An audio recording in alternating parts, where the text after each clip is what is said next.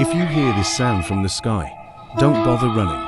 Just leave your last words for your family. This is the greatest airborne anomaly in Earth's history. The aerial overlord of the Cretaceous, the Quetzalcoatlus. Its name sounds incredibly majestic, derived from the mythical feathered serpent god. But if you had encountered it in the Cretaceous, 66 million years ago, you'd only think this creature looked utterly unearthly. Its wingspan reached a terrifying 12 meters.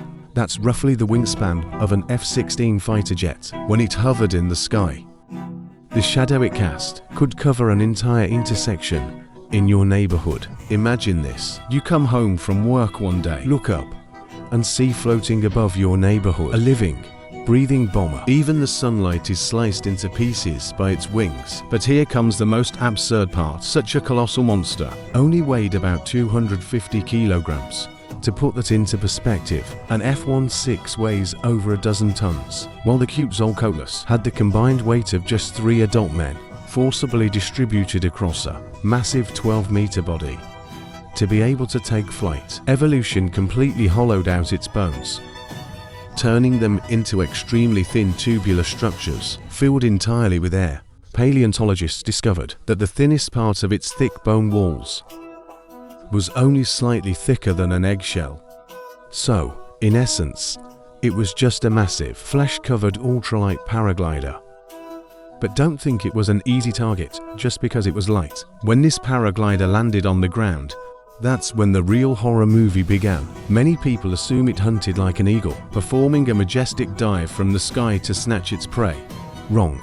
After paleontologists reconstructed its skeleton, they uncovered a truly mind-bending truth. Because of its immense size, this creature was actually quite clumsy in the air. Its preferred method of hunting was strolling on land. It would fold its wings to use as forelimbs, like a bizarre giant giraffe. Walking across the plains on all fours, standing up, it was fully 5 meters tall, with a skull alone measuring 3 meters long, and its stride length was massive. If you stood next to it, even if it just took to leisurely steps, you could run until your lungs burst and still never outrun it. In its eyes, the Cretaceous plains weren't some brutal hunting ground, but an all-you-can-eat free snack street. It had no teeth in its long beak. While taking a walk on the ground, if it spotted dinosaur hatchlings scurrying below, or primitive mammals, it wouldn't even bother chewing. It would just lean down, snatch them up, and toss its head back. That 3-meter-long pointed beak was like 2 giant steel I-beams, slamming shut.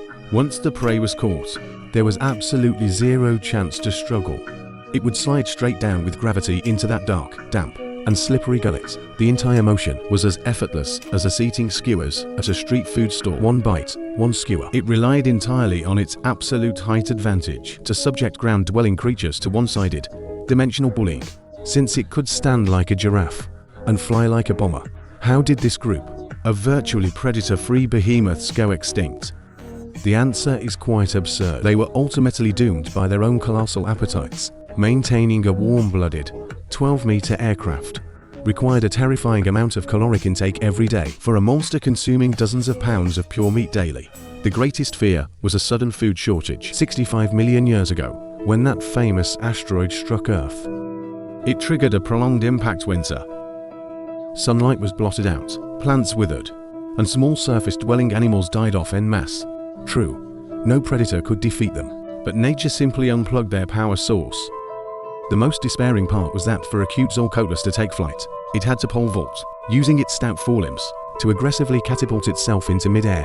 This maneuver consumed an enormous amount of energy, but in the apocalypse, starving and emaciated, they no longer had the strength to even take off. In a doomsday where even a mouthful of moldy grass became a luxury, these overlords of the sky, unable to find enough meat, could only drag their pair of massive, grounded wings, starving to death amidst a world of ash. The extinction of the Quetzalcoatlus reveals the ultimate paradox in evolutionary history. In times of prosperity, a massive size grants absolute dominance, but in adversity, that very size becomes the deadliest death warrant. Nature never favors the most ostentatious species. It only favors the ultimate survivors who can endure starvation. Those chicken-sized, bug-eating, seed-pecking, avian ancestors who could survive on scraps were the ones who endured the long winter and emerged as the final winners. Finally, let's entertain a wild thought. If that asteroid had missed its mark, and the Quetzalcoatlus lived to this day, imagine this. Tomorrow morning, you draw your curtains, only to find a 5-meter tall monster standing right outside your second-floor window, staring dead at you. Tell me in the comments section, if your only weapon at that moment was a clothes drying pole, how many seconds do you think you'd survive?